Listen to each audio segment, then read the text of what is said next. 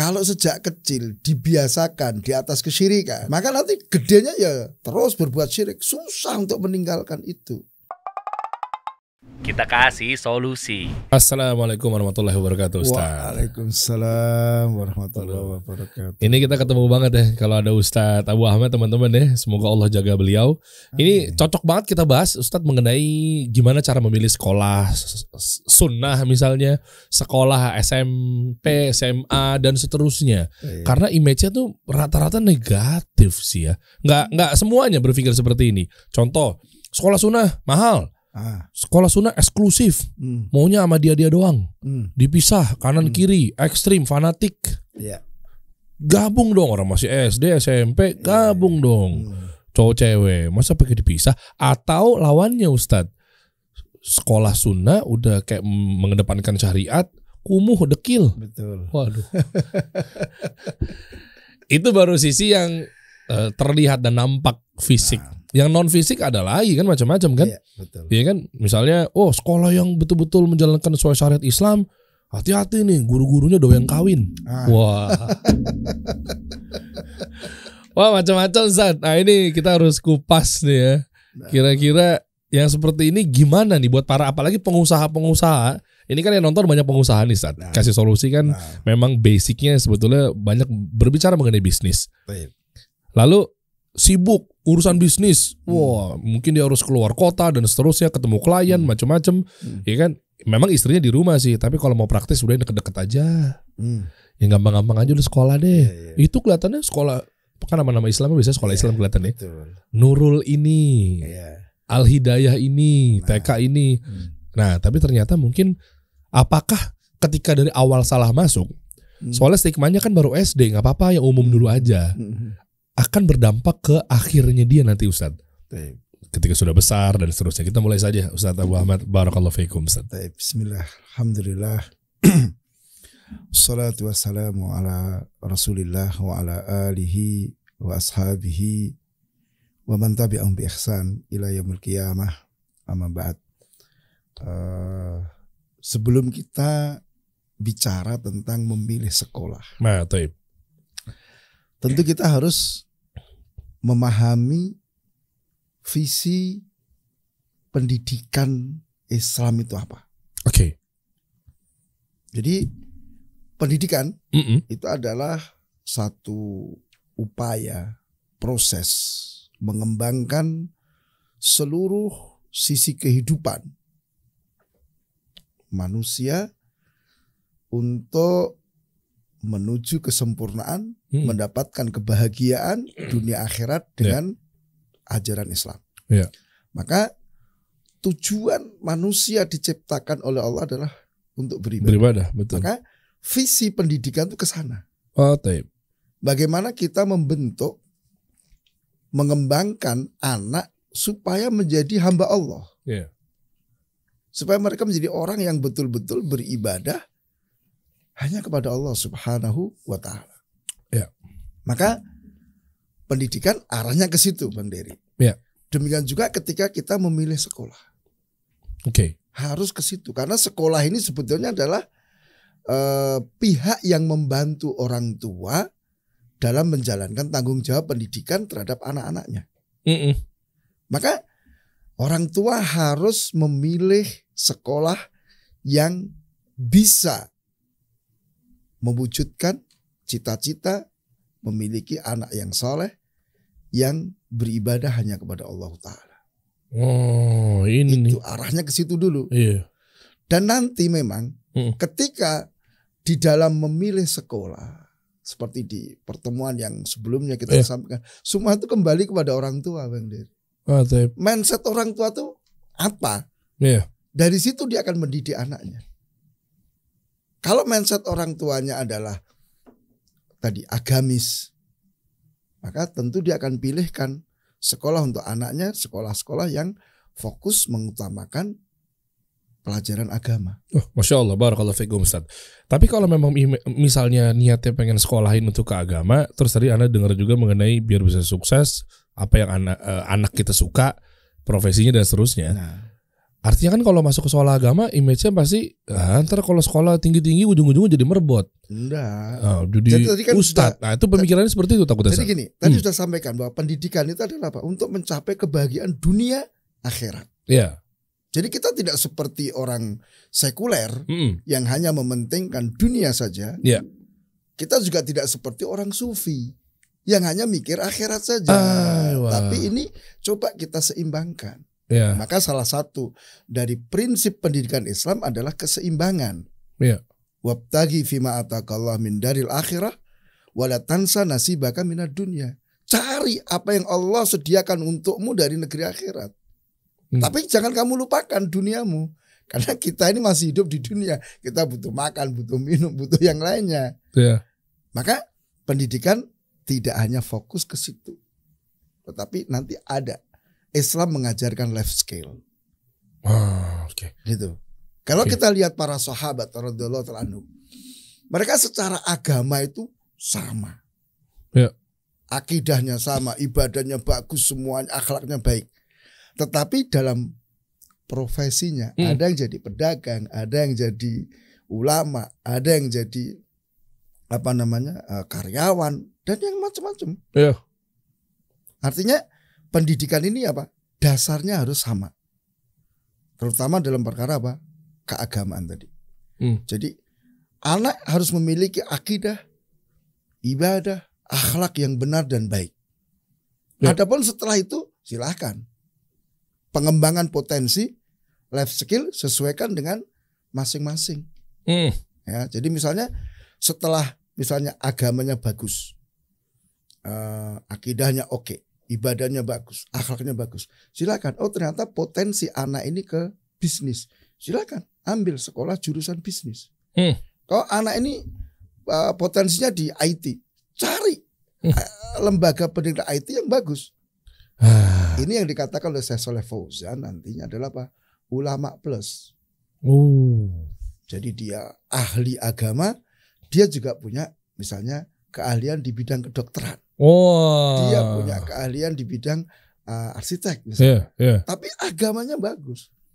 Dan ini adalah pokok. Nah, ini image-nya jadinya nggak keliru lagi buat para orang tua nih, berpikir bahwa kalau kita sunnah syar'i ujung-ujungnya jadi ustadz misalnya. Meskipun itu bagus ya. Ya maksudnya Masya Allah gitu, bisa jadi ulama apa segala macam. Tapi kan konotasinya tuh selalu ke situ, orientasinya selalu ke situ. Iya kan? Ternyata guru-guru kita yang memang mengajarkan metode pembelajaran sesuai Quran dan Sunnah juga mensupport. Kan taunya kan kalau kita ngaji Sunnah, supportnya tuh ngapain sih fokus di dunia, akhirat aja terus. Tapi nyatanya Ustadz menyatakan seperti itu. Boleh Ustadz ya? Iya, boleh. Anak kita diarahkan kepada IT, boleh. bisnis.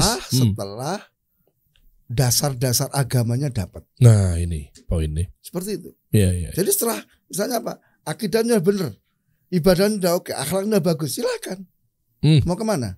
Mau jadi ulama, ayo. Mau jadi dokter, silakan. Mau jadi arsitek, gak ada masalah. Mau jadi pekerja, gak ada masalah. Mau jadi petani apa, gak ada masalah. Oke. Jadi yang penting adalah dasar agamanya. Sehingga nanti ketika anak itu bekerja atau mempelajari ilmu-ilmu duniawi tadi, ini diniatkan beribadah kepada Allah Ta'ala. Mantap. Karena memang itu diperintahkan oleh Allah Ta'ala. Mempelajari hal-hal yang bermanfaat itu tidak dilarang.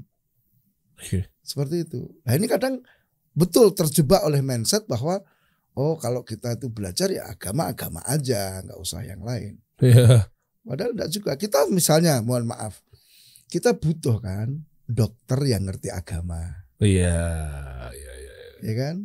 Terlebih misalnya yang tadi dokter spesialis kandungan yang ngerti agama, ya kan? Kita pengen memiliki pengusaha-pengusaha Muslim yang paham agama, tidak terjebak dalam penyimpangan-penyimpangan itu kan karena kurangnya ilmu agama. Betul. Kemudian kita pengen juga misalnya ada arsitek yang dia ngerti agama sehingga dia menjalani pekerjaannya itu di atas ketakwaan kepada Allah Ta'ala. Itu yang kita inginkan. Nah ini yang kadang banyak orang tua salah dalam memahami. Bahkan akhirnya apa? tidak sedikit orang tua yang keliru tadi dalam memilih sekolah. Karena memang orientasi pemikiran kehidupannya adalah tidak ke sana. Yeah. Padahal mestinya kita itu mementingkan pendidikan agama daripada yang lainnya. Oke. Ya, Bang Dery mungkin pernah baca satu ayat ya. Bagaimana Ibrahim alaihissalatu wassalam. Ayah yang luar biasa. Jelas. Iya kan? Bapaknya para nabi, seluruh nabi dan rasul itu adalah anak keturunan Ibrahim alaihissalatu wassalam. Yeah. Awal dia memiliki putra Ismail alaihissalatu wassalam. Dibawa ke Mekah. Kita tahu Mekah itu kondisi saat itu seperti apa. Tidak seperti sekarang. Kalau sekarang orang rebutan tinggal di Mekah kan. Pusat dunia. Tapi dulu ya kan. Dikatakan oleh Ibrahim Islam. Ini askantu min dzurriyyati biwadin ghairi dzi zar'in inda baitikal muharram. Ya Allah, aku tinggalkan sebagian dari anakku yaitu Ismail di satu lembah yang tidak ada pepohonan. Wah. Mekah itu kan gersang, nggak ada pepohonan. Di samping rumahmu, gitu Ka'bah. Oh, Ka'bah. Ya. Jadi di situ fasilitas duniawi nggak ada. Bahkan kemungkinan mati, nggak ada sumber air, nggak ada orang, nggak ada. Zam-zam belum ada. Belum ada. Oh iya. Yang ada binatang buas, nggak ada orang lewat di situ, sepi. Ya. Tetapi apa? Yang menjadikan Ibrahim alaihissalam menempatkan anaknya di situ adalah keberadaan Masjidil Haram. Ya. Sehingga tujuannya apa? Agar anaknya itu menegakkan sholat karena dia tinggal di dekat masjid. Maka pelajaran yang bisa kita ambil ya, Bang Dery, satu, dalam mendidik anak itu prinsipnya adalah pendidikan agama itu nomor satu. Utama. Oke. Kemudian yang kedua, jangan takut dengan masa depan anak. Selama anak kita menjadi anak yang soleh, Allah akan jamin. Ya, karena waktu itu, ya Ibrahim alaihissalam setelah menempatkan istri dan anaknya, dia tinggal pergi. Dikejar sama istrinya kan. Aduh, ngilu nih. Ibrahim, apakah engkau akan tinggalkan aku di sini? Dalam kondisi seperti ini, yang menurut nalar matilah orang di situ. Selesai itu. Matematika manusia kan? Selesai itu. Selesai. Tapi Ibrahim diam saja. Sampai akhirnya istrinya mengatakan, apakah Allah yang memerintahkan kamu? Dijawab, iya. Allah yang memerintahkan. Apa sikap istri beliau? Siti Hajar. Iya. Kalau istri sekarang kan Allah gimana ini kayak gini matilah kita. Tauhid. Enggak gini juga kali gitu kan kalau mungkin istri sekarang kan. Tapi subhanallah Hajar radhiyallahu anha apa jawabannya? Idzan la yudayyi'una. Kalau Allah yang perintahkan sudah, enggak mungkin Allah akan nyanyiakan kita. Allah akan jamin kita. Nah, betul kan? Meskipun di awal ada kepayahan, ada kesulitan, kehabisan air, lari sofa, marwa, tahu ada Zam-Zam. Allah berikan, Allah jamin. Nah, sekarang kita itu harusnya begitu. Selama anak-anak kita itu soleh, beribadah kepada Allah, ngikuti, tunduk dengan perintah Allah, sudahlah jangan khawatir. Kehidupannya akan dijamin. Bukan hanya di dunia, sampai nanti di akhirat. Masya Allah. Cuman kita kan yang tidak ngerti itu. Nah, bahkan ada kisah cukup menarik Bang Dery. Apa itu Ustaz?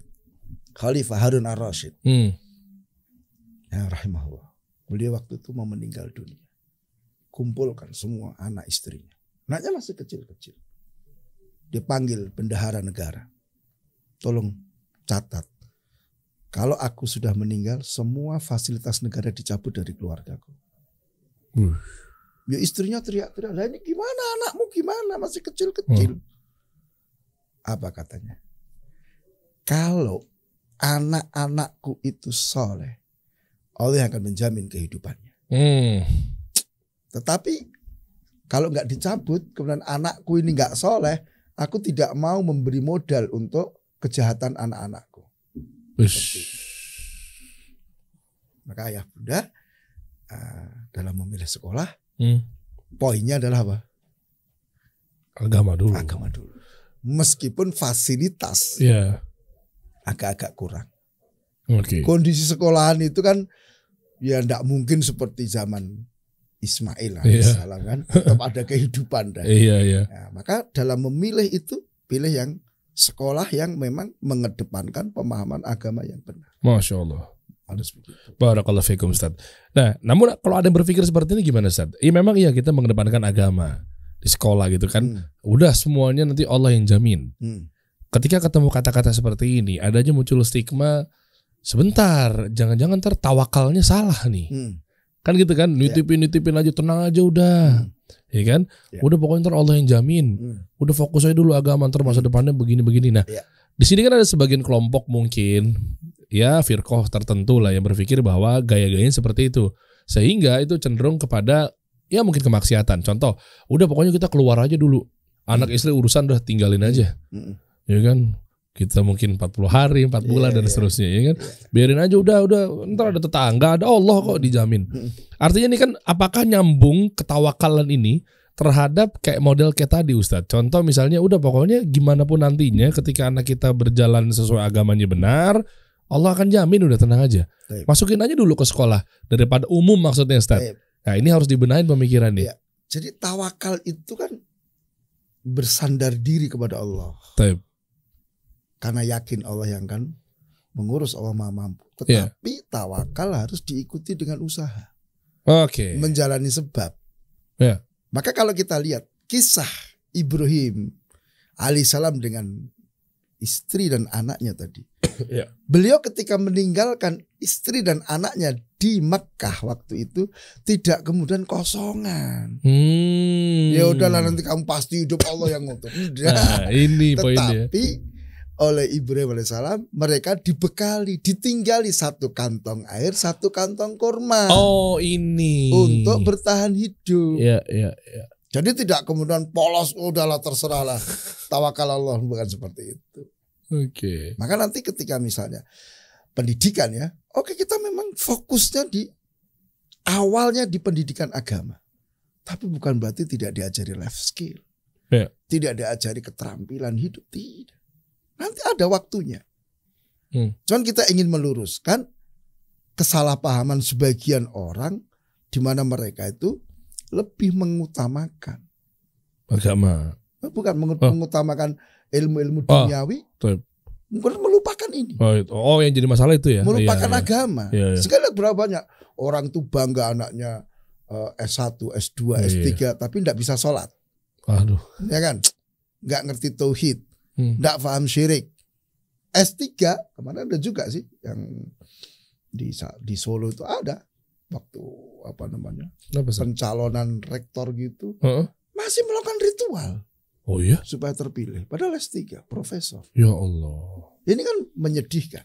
Krisis tauhid. Ya. Belum lagi yang lainnya. Kasus-kasus seperti itu banyak banget.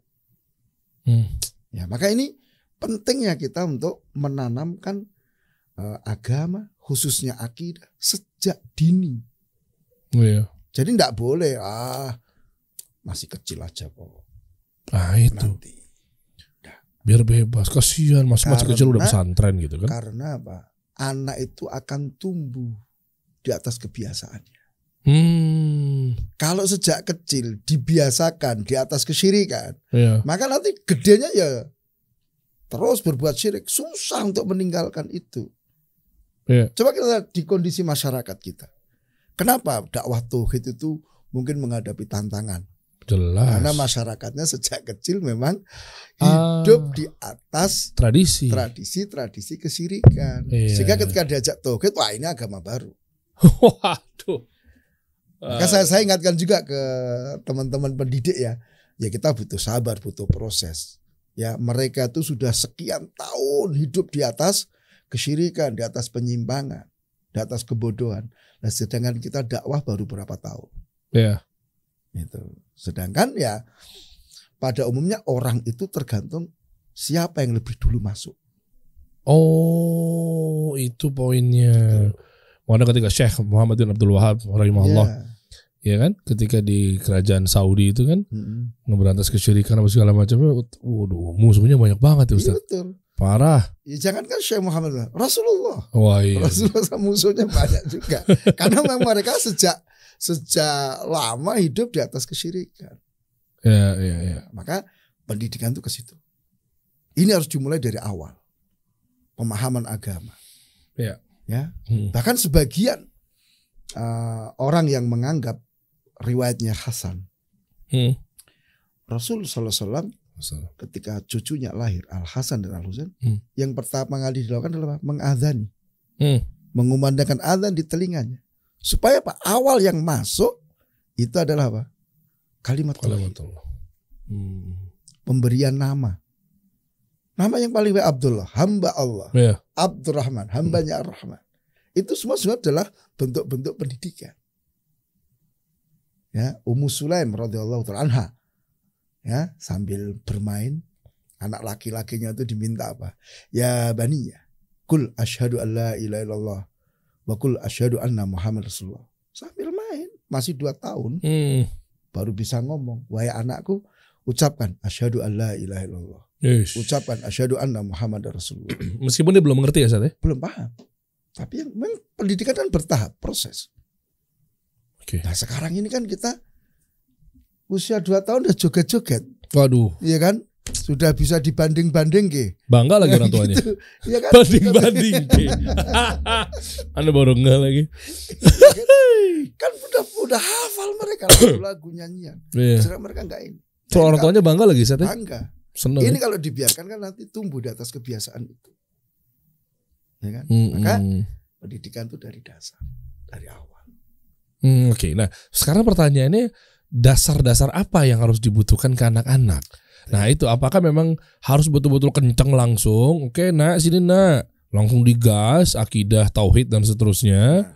Atau yang furuk-furuk dulu nih Ustaz, atau yang cabang-cabangnya dulu nih Ustaz? Jadi yang pokok itu kan tauhid. Sejak awal. Cuman orang tua, pendidik harus paham konten tauhid apa yang harus diajarkan untuk anak usia ini. Ya, ini susah nih. Ya kan? Kemudian cara ngajarkannya gimana? Nah, itu harus dikuasai oleh seorang pendidik, khususnya orang tua. Karena mohon maaf ya, mungkin kita udah sampaikan juga di pertemuan yang lalu, anak sekolah itu kan setelah sekian tahun dididik orang tua di rumah. Oke, betul. Ya kan? Betul. Nah ini kan kita susah juga, sudah anak udah terpola kan sekian tahun. Maka kembali ke orang tua. Baru masuk umur 4 tahun 5 tahun kan? Ya. Berarti sudah 4 tahun 5 tahun dari orang tua semua tuh. Nah, maka di sini kita harus punya ilmu. Gimana sih cara ngajarkan? Bagaimana cara mengenalkan Allah? Wah, ini. Nah, kita harus tahu tekniknya bagaimana. Kalau dari mengenal Allah itu kan jelas, yang paling gampang melalui nama dan sifat Allah Ta'ala kan. Cuman apakah kita sembarangan? Apakah kita langsung Allah itu adalah Al-Qawi yang maha kuat, Allah itu adalah Al-Jabbar, maha pemaksa? Enggak. Tapi kita kenalkan Allah Ar-Rahman Ar-Rahim. Ini dalam rangka untuk menumbuh kembangkan kecintaan anak kepada Allah. Oh, jadi ada image positif tentang Allah Ta'ala. Oh, Allah itu berarti baik banget, Allah itu indah banget berarti. Betul. Seperti itu. Tapi kalau kita kemudian ambil nama-nama yang konotasinya apa, Allah itu sama seperti manusia. Ya, jadi kalau Allah itu apa namanya? Bukan, Allah itu misalnya sifat-sifat Allah itu keras, Allah itu suka pencemburu, menghukum. Sehingga image-nya Allah itu jahat banget sih. Gitu loh. Nanti ada tahapan-tahapan itu. Ketika anak misalnya menjelang balik, baru kita kenalkan, lebih fokus kepada bagaimana supaya tumbuh rasa khauf kepada Allah. Jadi di awal-awal pertumbuhan ini apa? Ditumbuhkan mahabbah, kecintaan kepada Allah Ta'ala. Nah, nanti ketika itu, meskipun bukan berarti tidak boleh ditakut-takuti sama sekali, enggak. Tapi fokus kita ke menumbuhkan kecintaan kepada Allah. Nanti ketika menjelang balik fokus kita kepada menumbuhkan rasa khauf. Sehingga begitu balik sudah anak itu antara khauf wal roja, khauf wal mahabbah. Sehingga dia beribadah kepada Allah itu bagus. Itu yang apa namanya yang harus dipahami. Bener. Gitu. Anak kecil harus tahu khauf sama roja tuh Ustaz. Iya. Artinya dari takut sama harap ya. Harapan, cinta. Jadi Allah itu indah ya, Allah itu baik banget ya sama kita. Kadang kita juga perlu menggunakan metode analogi. Nah, kamu dikasih permen sama temenmu aja terima kasihnya luar biasa. Kasih permen saja kamu diperintah temenmu siap laksanakan. Allah itu memberi kamu jauh lebih banyak daripada pemberian temenmu. Mestinya kamu harus tunduk, bersyukur kepada Allah. Kamu diperintah sholat, ya sholat. Perintah puasa, ya puasa. Kenapa? Allah sudah memberi kamu perkara yang sangat banyak sekali. Seperti itu. Nanti misalnya di tataran adab, akhlak, dimulai dengan adab-adab yang sifatnya harian. Contohnya adab makan, adab minum, adab ke toilet, ya, adab tidur. Terus nanti meningkat sesuai dengan perkembangan anak. Ibadah juga demikian. Ya kan? Ibadah misalnya diperintahkan sholat di usia 7 tahun. Ya kan? Bahkan sebagian salaf mengatakan kita perintah anak untuk sholat ketika memang sudah tamyiz, sudah berakal. Dan kita perintah mereka untuk puasa ketika mereka udah kemampuan. Oh berarti umur 5 tahun bisa dong Ustaz? Ada tahapan-tahapan. Oh nggak harus 7 tahun ya? Nah, jadi kalau ukuran umur saat ini menurut saya itu sudah kurang tepat. Oh ya? Karena kemajuan ya. Ya. Ya, seperti misalnya hari ini kita dapati anak-anak SD itu kelas 4, kelas 5 sudah haid. Itu usia berapa? Oh iya. Nah, kalau bulan 10 tahun baru dipukul untuk sholat ya terlambat sudah.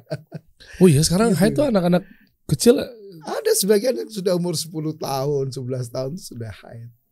Oh maju. Kenapa Ustaz bisa begitu? Ya banyak faktor. Makanan, hormon, kemudian perkembangan zaman. Bisa seperti itu. Berarti nggak alergi lagi ya ketika misalnya mendengar kata Rasul menikahi seorang wanita di bawah usianya. Ya, sebetulnya itu kan tidak ada masalah ya sebenarnya. Kubu-kubu itu kan, ini sebenarnya di luar konteks ya teman-teman ya. Tapi kan ini kan selalu menjadi penyerangan dari musuh-musuh Islam, ya kan?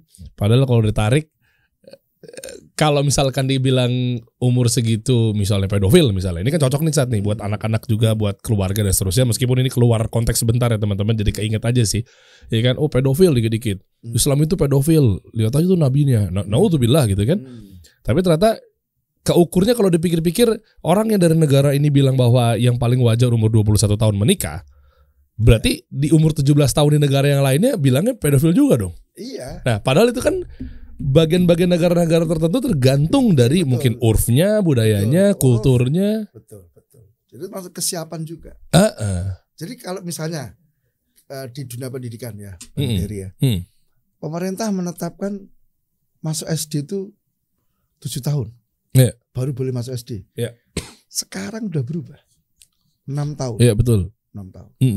Sedangkan kalau kita dapati dari sebagian salaf tuh ada yang anaknya usia 3 tahun sudah digendong ke majelis hadis.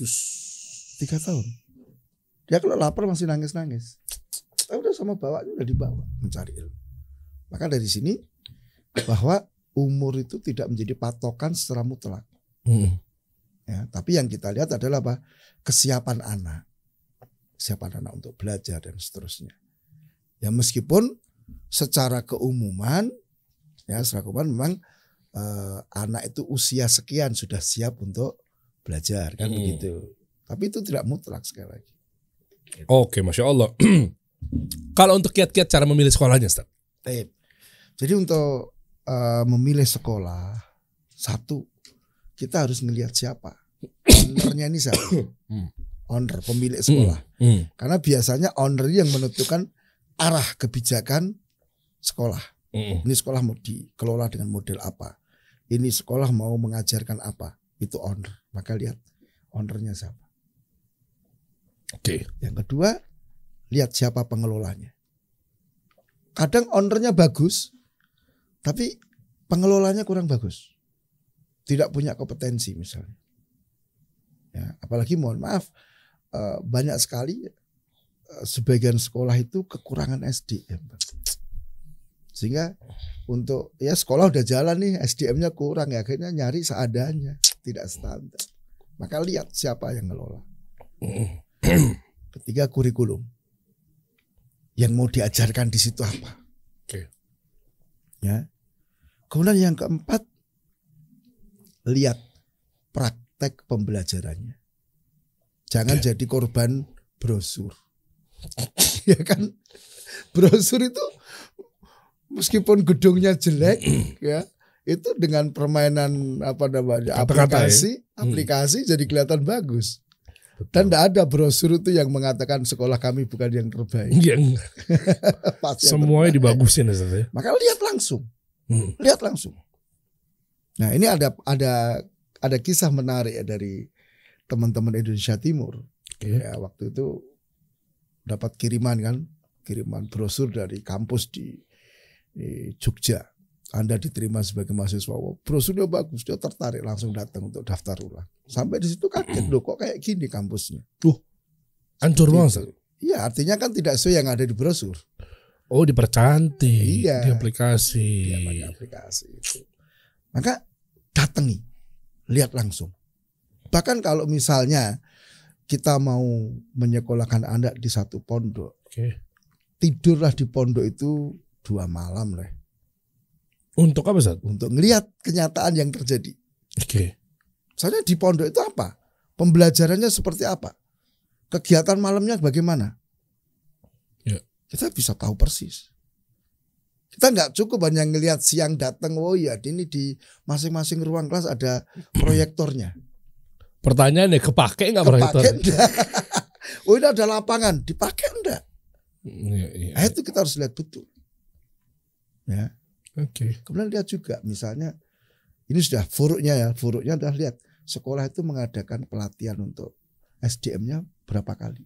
Oke. Untuk peningkatan mutunya. Iya. Kadang-kadang seperti itu. Tidak kalah penting adalah apa? Silakan konsultasi dengan ahli pendidikan yang jujur. Oke. Itu kiat kita dalam memilih sekolah. Berarti tipsnya itu si pemilik atau mungkin yayasannya itu betul-betul ngasih materi pendalaman materi buat pendidik apa segala macam. Oke. Jadi misalnya nih ownernya atau yayasannya nih afiliasinya kemana? Misalnya apa, Zat? Ke negara atau? Misalnya kalau pemilik sekolah itu adalah seorang yang nasionalis, pasti di sekolah itu adalah warna nasionalisme kental banget. Upacara misalnya? Bukan itu semuanya. Bahkan kita ada di Solo, Bang Dery kalau besok mudik, di depan bandara itu ada SMA Pradipta ya. Oke. Itu miliknya Angkatan Udara. Oh ya? Sehingga lihat aja pelaksanaan di situ adalah mirip semi militer. Oh tahu. Itu. Sama Pradipta tahu yang suka ada foto, orang foto-foto juga tuh di depan. Iya betul. Ini ada pesawatnya atau apa gitu? Iya ada pesawatnya di depan. Iya. Betul. Karena kalau keluar dari bandara, ibu-ibu tuh emak-emak pada foto-foto juga di situ tuh. Betul. Iya. Kan itu gitu. punya Angkatan Udara ya, Sat? Iya, yayasannya Angkatan Udara. Oh, oke. Gitu. Kemudian sekolah lain misalnya yang punya pemahaman tertentu, dia akan ke sana juga. Dia akan bawa itu. Iya. Makanya sebetulnya dakwah yang sangat efektif melalui pendidikan. Makanya yang mungkin benci sama Islam masuk ke lewat pendidikan. Betul. Disusupinnya lewat situ, Ustaz. Mereka bukan sekedar menawarkan model pendidikan mereka yang merusak, mereka juga merusak sistem pendidikan Islam. Oh, hati-hati banget nih orang tua nih. Sekarang misalnya nih, mereka punya teori kalau muridnya tuh dipisah laki perempuan itu akan mengganggu konsentrasi, merusak kejiwaan katanya. Itu nggak apa-apa di ini aja, jadi digabung aja putra putri, nanti kan interaksi mereka jadi baik, kejiwaan mereka jadi normal dan sebagainya. Dianggapnya begitu. Toh juga belum ada syahwat, masih kecil gitu kan? Iya. Tapi taunya dari kecil pembiasaannya begitu. Udah gede, cewek-cewek mah biasa aja ngerangkul-rangkulan gitu ya. Dari sudut itu kebiasaan yang terjadi biasanya. Iya. Yang kedua apalagi hari ini. Kenapa, Ustaz? Kita lihat anak-anak kecil itu sudah terkontaminasi dengan konten-konten yang nggak bagus kan. Iya. Ya, konten-konten kata-kata syahwat, penampilan-penampilan yang mengumbar syahwat. Gimana? Banyak kan anak kecil itu sekarang mungkin 10 tahun yang lalu mungkin ya. Itu kita pernah mendengar loh. Ada anak-anak kecil, mungkin anak-anak kelas 4 SD itu. Waktu nunggu angkot, Fulan salam sama kamu loh. Ya, Fulan I love you sama kamu. Minta nomor WA-nya. Sudah seperti itu. Itu anak SD kelas 4. Itu mau dibiarin. Yeah. Mau disatuin. Apa yang terjadi? Gitu. Wah, ini lagi rame lagi, Ustaz. Nggak tahu deh. Coba sama nyari di YouTube atau di Instagram atau di mana di platform deh. Jadi ini lagi viral juga terkait orang tua yang menemukan bukti-bukti voice note di WhatsApp anaknya. Ini lagi rame. Jadi dia dimaki-maki, dibully. Pantesan belakangan ini anak ini perempuan. Perempuan, jilbab, kayak seperti sekolah Islam juga. Nah, ternyata di sini bukti adalah tidak menjamin semua sekolah Islam seperti itu. Betul. Contohnya apa? Ada kok. Saya juga ketemu kemarin di Instagram. Jadi gini, ada seorang ibu tiba-tiba langsung mengadu ke Instagram lah kasarannya gitu, diposting ke sosial media tentang perlakuan seseorang atau mungkin anak-anak terhadap anaknya. Jadi didapati satu kolom chat, kayaknya grup atau pribadi gitu, WhatsApp. Terus tiba-tiba anak itu belakangan ini kan murung, diem, apa segala macam. Akhirnya dicek. Ya mungkin ini ada bab khusus mengenai orang tua memberikan gadget kepada anaknya ya. Dirasa-rasa itu anaknya umur 5 SD, 6 SD lah. Viral tuh. Akhirnya di-play, dilihat dulu sebelumnya chatnya. Sama ada satu cewek, temennya gitu. Dimaki-maki, pembulian pokoknya. Lo tahu gak sih begini, dikata-katain kata-kata jorok. Akhirnya dikiriminnya lagi voice note. Si anaknya, si ibu itu gak jawab. Terus si voice note itu bunyi di-play. Ya kan di-play satu persatu. Habis dimaki-maki. Lo tuh pokoknya awas aja. Kalau lo gak mau kayak gitu, lo tuh pokoknya harus datang ke sini ya. Disuruh-suruh, dihina-hina. Habis pokoknya. Ini pelajaran penting juga mungkin buat para pendidik. Apa mungkin ya, mungkin bebasnya handphone apa segala macam gitu kan. Atau mungkin gimana lah cara pergaulannya. Habis dimaki-maki, diserang, terus di-play lagi. Ibunya main nangis. Dikata-katain, kata-kata binatang apa segala macamnya, dibully. Ya intinya kayaknya ngapain lo kayak begitu, begini. Pokoknya lo harus begini ya. Lo dengar nggak? Bego. Jawab lo dengar nggak apa kata gue? Gini. Pokoknya lo harus kayak begini. Kayaknya disuruh-suruh mulu hidupnya. Di sekolah itu dihina-hina, dikata-katain. Lo jawab. Kalau lo penakut lo jawab lo. Oh Allah, ibunya pemiris saja. Isinya dalam WhatsApp seperti itu. Dia baru ketahuan belakangan ini mungkin seminggu ini kenapa anak ini murung. Ternyata di sekolahnya habis kena perlaku pembulian dari teman-teman segengnya. Bahkan diancam lo mau gua keluarin dari geng kita. Itu segeng tuh, cewek-cewek semua, bocah SD. Iya. Gimana tuh Ustaz ya? Jadi artinya kita ini kalau pelajaran yang saya ambil adalah apa? Kita salah memahami. Iya. Banyak orang tua itu menganggap anakku masih kecil. Anakku masih inilah. Yeah. Tapi ternyata apa? Problemnya mereka luar biasa. Bahkan tidak sedikit ya. Orang tua menganggap anaknya tuh baik-baik saja. Yeah. Tapi ternyata bermasalah. Ya, tadi misalnya mungkin ya anaknya mungkin ceria gitu, tapi padahal di situ ada kebutuhan yang enggak terpenuhi, kebutuhan kejiwaan, perasaannya dan seterusnya. Maka di sini kata Ibnul Qayyim rahimahullah bahwa kerusakan yang terjadi pada anak mayoritas dari orang tuanya. Karena tadi dia tidak perhatian dengan pendidikan. Salah satu bentuknya apa? Dia tidak tadi menganggap anakku masih kecil deh. Yeah. Anakku belum balik, belum kena beban, ada dibiarin aja. Padahal kalau anak sejak kecil dalam kebiasaan yang negatif itu kan sulit untuk dihindarkan nanti di dewasanya. Sulit untuk dihilangkan. Maka kita harus betul-betul waspada. Mungkin pernah saya nukil ya. ada seorang yang datang ke orang syekh, ya syekh bagaimana cara mendidik anak? Ya. Berapa umur anakmu? 1 bulan. Sudah ketinggalan kereta. 1 bulan? 1 bulan. Sudah ketinggalan kereta. Ya orang ini marah juga. Masa baru 1 bulan sudah dikatakan ketinggalan kereta? Gak terima kan, dia marah-marah sama syekh. Tapi setelah dipikir, pulang, dia tenang, pikir betul juga kata syekh. Kenapa? Ya 1 bulan itu waktu yang cukup luar biasa. Gitu loh. Sedangkan pendidikan anak kan setelah lahir ada model pendidikannya. Masa menyusui ada model pendidikannya. Ini kan berarti kan dia sia-siakan waktu 1 bulan. Apalagi sampai sudah SD dan seterusnya. Masih bisa dirubah gak, Sat? Gimana? Masih bisa dirubah gak? Bisa. Gimana caranya? Bisa. Ya tentu. Udah terlanjur misalnya. Ya, ada namanya kalau di kita itu recovery. Anaknya misalnya kecanduan gadget. Ya. Anaknya itu bisa melawan orang tua. Diperbaiki. Diperbaiki. Di mana? Di sekolah Anas? Ya artinya semua pihak harus berkolaborasi, tolong menolong untuk memperbaiki anak ini. Bukan hanya di sekolah, orang tuanya, pembantunya, sopirnya, semuanya, teman-temannya harus support. Ya. Sekarang kita bisa lihat kan, orang kecanduan narkoba bisa nggak direhabilitasi? Oh ya bisa. Sama. Asal tahu caranya. Asal tahu caranya. Kemudian memang butuh kesabaran. Iya. Namanya pengobatan toh. Iya. Butuh waktu yang sesuai dengan kadar lamanya penyakit itu mengenai seseorang. Masya Allah. Kemudian di sini Bang Dery yang perlu saya ingatkan untuk kita semua para orang tua. Anak itu punya hak atas orang tua.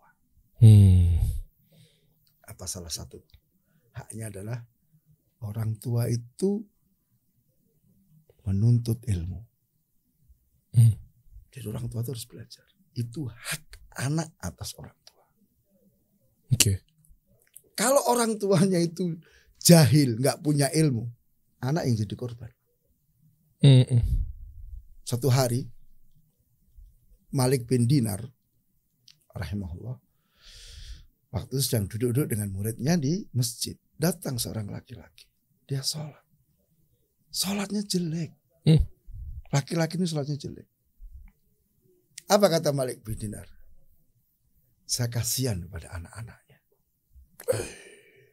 Muridnya kaget. Dah, Imam, yang jelek sholatnya kan laki-laki itu. Kenapa kok kasihan sama anaknya? Dijawab, ketahuilah. Ini kan kepala rumah tangganya.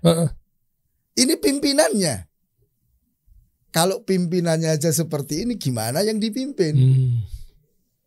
Kalau ayahnya saja sholatnya seperti ini, bagaimana sholat anaknya? Kan anak ngikuti arah ayahnya. Iya.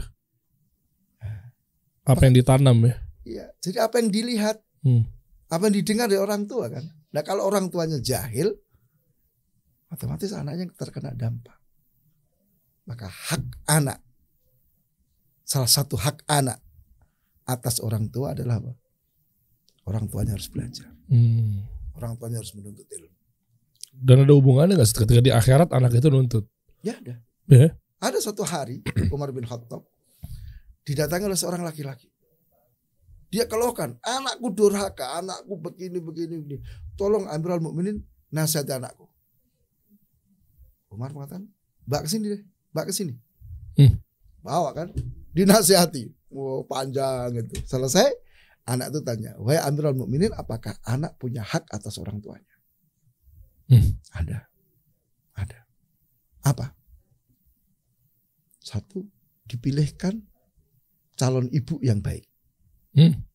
Yang kedua, diberi nama yang baik. 3, diajari Al-Quran. Diajari Al-Quran ini bukan hanya sekedar diajari membaca ya, tapi maknanya, tafsirnya, pengamalannya.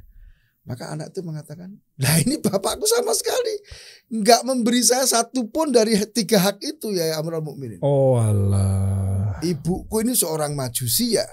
Namaku pun jelek. Ayahku nggak pernah ngajari satu ayat dalam satu huruf dari Al-Quran. Maka Umar bin Khattab marah sama laki-laki itu. Kamu telah durhaka kepada anakmu sebelum anakmu durhaka kepada kamu. Allahu Akbar. Jadi maka kalau kita kembalikan ke topik pembahasan kita tentang bagaimana memilih sekolah, kembali ke orang tua. Orang tua yang tidak ngerti agama, ya udah yang penting tadi sekolahnya gratis, yang penting dekat, kan gitu kan. Tapi orang tua yang ngerti agama, dia akan utamakan agama meskipun fasilitas sekolah itu minim. Nah, ini nih mengenai fasilitasnya subjektif nih Ustadz. Iya kan? Mana kira-kira yang dibilang minim, sebatas apa, seminim apa? Ya mungkin tadi misalnya, mungkin kalau di kampung ya, mungkin misalnya apa? Nggak ada AC. Bukan, kalau kampung misalnya tidak tembok. Papan atau bambu gitu papan, bambu gitu kan. Seperti itu. Mungkin kasurnya ya kasur biasa deh. Kemudian mungkin airnya masih pakai sumur nimba misalnya. Masih santrinya nyuci sendiri misalnya. Masak sendiri gitu kan. Nah itu kalau ukur nggak apakah itu buruk Ustaz? Sebenarnya enggak juga. Karena sebenarnya dibalik itu semua itu ada nilai-nilai pendidikan. Melatih kemandirian. Enggak ada tukang cuci, enggak ada tukang masak. Anda harus bertahan kan. Ada melatih kemandirian. Melatih kesabaran. Melatih empati. Jadi sebenarnya tinggal para pendidik ini mengarahkan ke makna-makna positif dari yang ada itu. Betul. Dan yang kedua, sebenarnya fasilitas minim itu kalau dikelola dengan baik itu bisa nyaman. Tadi beda antara fasilitas minim dengan kumuh, Bang. Iya benar. Coba misalnya kita sekolahan masih mungkin belum paving halamannya, masih tanah, tapi bersih disapu pagi sore. Betul. Kan asik gitu. Percuma ada paving, keramik, tapi kotor, jorok, ya kan, itu baru kumuh tuh. Iya. Kalau misalnya bambu. Berapa banyak orang kota itu kalau weekend ke kampung, ke mana lah, ke Ngargoyoso kan, itu kan milihnya kan rumah-rumah papan. Iya. Glempeng-glempeng gitu. Iya. Tapi kenapa seneng? Karena bersih. Iya. Nyaman. Waduh, jadi penasaran nih pengen buka sosial medianya sekolah Anas nih. Coba dong bukan nih. Jadi seperti itu. Nah, ini ada informasi lebih lanjut nggak terkait pendaftaran di sekolah Anas Ustadz yang tentunya Ustadz juga. Alhamdulillah kemarin udah banyak ya yang nanya. Gitu. Oh ya, Masya Allah. Ada yang alhamdulillah kemudian menitipkan anak ke kita. Oh oke. Dan Ustadz berarti fokusnya di sini dulu ya Ustadz ya? Iya. Bukan. Ini ya? Iya. Betul ya. Anas Soleh Cerdas. Sekolah Islam Anas, Masya Allah. Ya, ini kan yang di mana Zat? Ini yang di Poltangan. Poltangan yang Bang Dery kemarin waktu itu, itu kan masuknya bukan Pasar Minggu? Iya Pasar Minggu kecamatannya. Oh gitu? Iya. Anda pikir Poltangan tuh sebelahnya, enggak masuk situ juga Zat ya? Iya. Masya Allah. Kan Jalan Raya Poltangan loh. Iya. Wah ini nih. Kalau KB dan TK-nya tuh di Jalan Pepaya sini. Taib. Kalau SD, PKBM, kemudian rumah tahfidz, Tarbiyatun Nisa itu di daerah Poltangan situ. Mungkin bisa dikasih tahu Ustaz lebih lengkap mengenai terkait mungkin gimana cara orang tua membawa anak ke sini, pendaftarannya, apa aja fasilitasnya.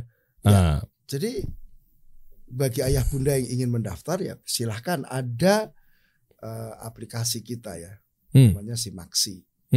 Ya, sistem saya lupa singkatannya. Jadi kalau mau daftar, mau nanya-nanya, klik aja di situ. Ada. Oke, di aplikasi Android. Iya.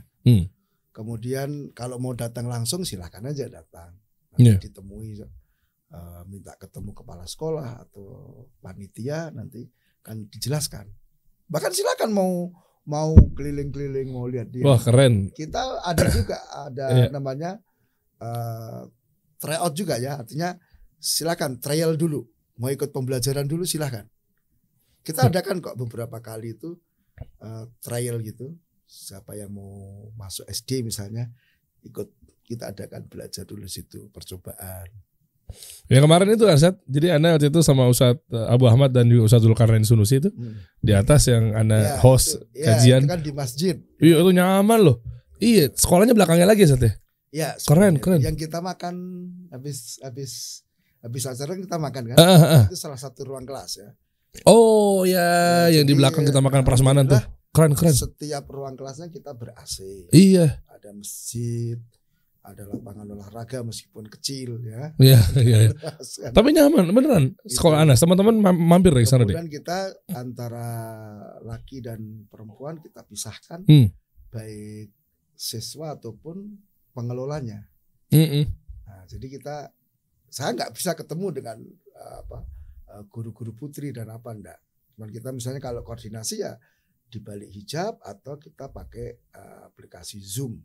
Tapi enggak on kamera ya. Ya. Nah, di situ kan semua bisa jalan. Bisa lah. Gitu. Jadi dan juga tidak se ekstrim yang difahami sebetulnya. Oh, apa contohnya biasanya kata orang-orang ekstrim tuh? Ya tadi, ini tadi seperti yang Bang Dery katakan, dipisah nanti radikal ini. Enggak, iya. Kemarin kita habis kunjungan dari Babinsa. Oh ya? Ahlan wa sahlan dari Babinsa. Masya Allah. Nanti mau dibuat program ke depan. Iya. Ya, dan kita juga resmi dari dinas pendidikan ya. Iya. Jadi bukan ilegal. Jadi seperti itu. Coba di scroll ke bawah dong. Keren sekolahnya, Masya Allah. Coba deh. Dan banyak kegiatan-kegiatan yang ini ya. Iya. Apa ya Sat? Sekarang lagi ada jalan apa Sat? Ini kita program Ramadan nanti Bang Dery. Oh, per 1 Ramadan? Ya. Ada apa Sat? Nanti ada kuis, ada taklim Ramadan, kalau ada i'tikaf 10 hari terakhir, kemudian ada daurah-daurah tentang Ramadan. Masya Allah. Ini kalau kawan-kawan misalnya ada yang luar daerah atau mungkin di situ juga mau ikutan plus mau turut kontribusi dalam program ini, nanti ada panitianya. Bisa ya? Ya tuh, kan saatnya nih bulan Ramadan nih, insya Allah nih kan amal semua isinya. Bahkan kita ada program Ramadan di Cianjur juga. Oh ya? Dari Anas. Oh, ngapain di sana Sat? Jalan-jalan? Ya, ada TPA, ada taklim dengan masyarakat, buka bersama. Wah, itu yang program di Cianjur ya. Adapun di Pol Tangal, ya tadi ada taklim ya, ada daurah untuk santri, untuk siswa, ada daurah untuk guru-gurunya. Kemudian ada buka bersama, ada nanti bazar. Wah, ini saatnya mereka support ya buka bersama begini. Betul. Iya, misalnya kayak paket-paket kurma, paket-paket apa. Supportnya teman-teman nih. Betul. Bagus programnya. Ada i'tikaf 10 hari terakhir.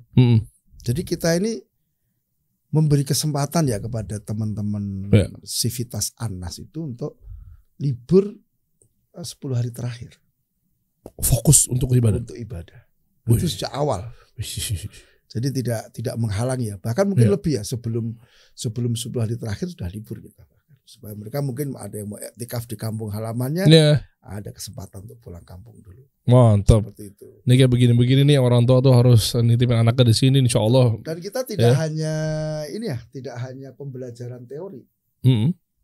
Banyak sekali hal-hal yang sifatnya praktek. Contohnya apa Ustaz? Misalnya kemarin hari Jumat saya lupa. Anak-anak TK itu diajak ke Tanjung Priok. Ngapain? Ngelihat kapal Pelni. Wah. Kan di TK itu ada ini kan, miniatur. Ada pelajaran tema alat-alat kendaraan lah gitu. Kendaraan atau apa saya kurang tahu. Nah, salah satunya adalah kapal.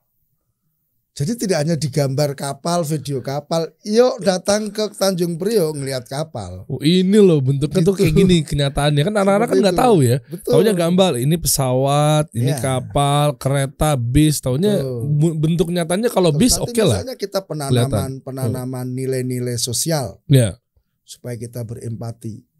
Kita adakan bazar, atau kunjungan ke panti. Seperti itu. Jadi tidak hanya teori ya bahasa kita, tapi ada praktik begitu. Masya Allah. Kemudian beberapa yang sudah jalan kemarin untuk life skill, misalnya anak-anak PKBM ya SMP SMA itu kita latih juga kunjungan ke salah satu rumah sakit. Untuk apa? Ustaz? Ya belajar. Ini kan ownernya kan wali murid, salah satu wali murid kita. Okay. Gimana cara ngelola rumah sakit ini?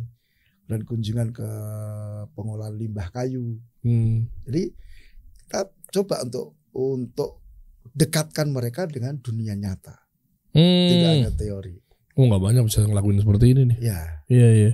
Soalnya tadi kan akses itu kan terbatas. Betul. Sehingga ada yang pemilik rumah sakit nyekolahin anaknya di Anas sehingga jadi mudah tuh. Ada juga kemarin acara yang cukup menarik, Bang Dery di TK ya. Ayah mengajar. Wah. Kegiatan ayah mengajar. Di mana ayah-ayah dari wali siswa itu kita datangin. Oke. Untuk ngajar di situ, menceritakan profesinya. Oh. Gitu. Aku dokter. Pekerja aku begini gitu kan. Oh. Nanti ada aku relawan, pekerja aku begini. Lebih mendekatkan seperti itu. Wah, saya bisa bantu. Jadi ini support luar biasa, tuh, betul. Iya, buat banyak nih ayah-ayah di sini yang bisa jadi berkontribusi. Iya. Itu hal yang positif dalam pendidikan. Iya. Mendekatkan ke realita ya. Ini kaitannya dengan nanti life skill ya untuk kehidupan kedepannya bagaimana begitu. Masya Allah. Ya, kemudian nanti untuk tadi diniyahnya kita mengambil kurikulum Saudi. Ya. Jadi apa yang dipakai oleh Kementerian Pendidikan Saudi khusus masalah keagamaan ya akidah, fikih, macam-macam itu kita ambil. Oke. Kita ajarkan di sekolah-sekolah kita.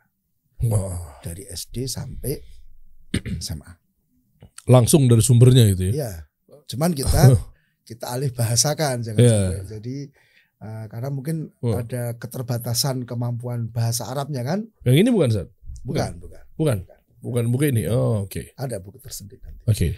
Jadi dari situ Masya Allah kita orang tua itu terpandu betul Bang. Ya. Kita mau ngajarin apa sih untuk anak kita? Karena bukunya udah ada. Oh akidah apa sih? Oh kelas 1 mengenal Allah Al-Khaliq, Allah Ar-Rahman, Allah Ar-Rahim. Ada penjelasannya di situ. Yeah. Tinggal kita ini aja mimpi. Masya Allah. Nanti fikih itu apa yang diajarkan dulu. Adab apa yang diajar. Sudah ngikuti itu aja. Ngikuti apa yang ada panduan dari buku-buku dari Saudi. Masya Allah.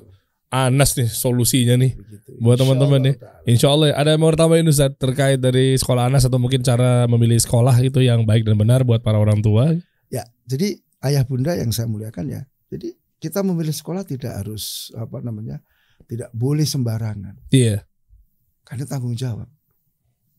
Berapa banyak orang tua itu kaget, menyesal. Anakku sebelum sekolah itu baik. Kalau setelah sekolah rusak.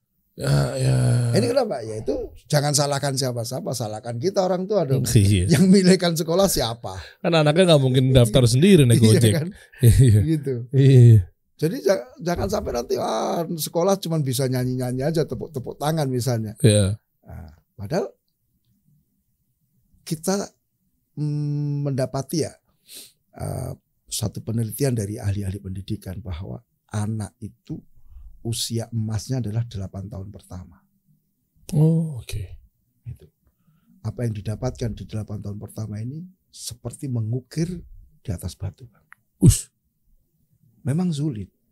Nanamkannya sulit. Tapi kalau udah jadi, tidak akan hilang. Betul. Nggak akan hilang. Maka jangan kemudian kita menyepelekan masih TK aja kan, salah-salah sekolah TK deket rumah aja deh. Iya. Masih SD gitu-gitu. Enggak. Ini 8 tahun pertama ini usia emas. Golden age. Iya. Apa yang kita tanamkan ini akan dibawa sampai mati. Bukan sampai dewasa, sampai mati. Termasuk keyakinan. Coba berapa banyak? Ya kita mengalami misalnya sampai sekarang itu misalnya karena pendidikan yang salah ya waktu itu, kita tuh sampai setua ini kadang-kadang sama kuburan masih takut, sama orang mati masih takut. Oke. Itu kan traumatik zaman dulu. Kenapa? Ditakut-takuti sama orang tua kita. Ya, saya masih ingat betul waktu kecil itu ketika ada orang mati di kampung saya, diangkat ke kuburan ke sebelah kampung itu. Kita anak-anak kecil tuh ditakut-takut tuh disuruh masuk rumah, ditutup pintunya. Enggak boleh ngintip. Boleh nanti gini. Cerita-cerita gitu. Nah ini kan tertanam sampai dewasa. Ya tradisi ini nih yang bahaya ya nih. Kan? Iya nih. Ya alhamdulillah kita kan kemudian kenal tauhid, kenal sunnah, sehingga itu kan bisa terkikis kan. Iya. Tapi kan tetap kadang-kadang muncul. Iya, irisannya masih ada itu. Iya kan. Nah sekarang yuk kita udah paham tentang tentang agama ini bagaimana, mendidik itu bagaimana. Ya. Oke lah, enggak apa-apa deh kita ini produk salah asuhan, enggak apa-apa. Tapi anak kita jangan lah. Jangan, wah keren. Enggak apa-apa, kita ini produk salah asuhan. Ya, tapi anak kita jangan putus mata rantainya dari sekarang, teman-teman. Kita dapat hidayah dari Allah, kenal ini. Dan alhamdulillah juga kalau saya ada diberi kesempatan untuk mendalami pendidikan dan seterusnya. Ya. Ini Masya Allah. Masya Allah. Jadi udah tahu ya teman-teman, insya Allah ini solusi yang tepat nih dari Ustadz Abu Ahmad ya, hafizahullah ta'ala, terkait jangan sampai kita salah langkah ya. Ke bawah-bawah ini masih banyak dan masih panjang yang meneruskan atau legacy dari kita ini punya ya, dari punya nama baik insya Allah ya. Udahlah, jadilah anak-anak yang baik juga. Jangan sampai insya Allah nih nama-nama kita nih udah harum, misalnya kita udah tata rapi, taunya gara-gara anak kita yang merusak nama baik kita. Aduh. Ya dan jadi rusak. Kembali ke kita. Aduh, kita udah ngaji. Kita udah ngaji, kita udah bebenah salah asuhan, ya udah kita tata lagi. Rapi, jalan dengan alasan sibuk bekerja. Aduh. Kemudian akhirnya udahlah sekolah yang deket-deket aja. Taunya rusaknya malah dari anak kita sendiri. Nama kita udah bagus. Kita harus berjuang kan. Ya. Itu ibadah. Betul. Itu bernilai di sisi Allah Ta'ala. Masya Allah. Ya, buat teman-teman informasi lebih lanjut kalau pengen tahu, insya Allah titipin anaknya di tempat yang tepat, karena saya juga tahu sekolahnya, saya pernah ke sana, saya pernah lihat langsung. Ini Anas nih menjadi solusi buat teman-teman semua. Minimal coba main-main deh. Ini udah mau Ramadan ya. Jadi program-program di sana juga berjalan. Lihat dulu aja, cek. Kalau mau intip-intip mungkin mau sehari 2 hari. Boleh. Ya, ngeliat dulu aktivitasnya seperti yang tadi Ustaz sampaikan Ustaz ya. Ya, dan sebagainya boleh. Syukran Ustaz udah mampir kedua kalinya di sini. Happy. Ya, mudah-mudahan bermanfaat buat teman-teman semua Ustaz ya.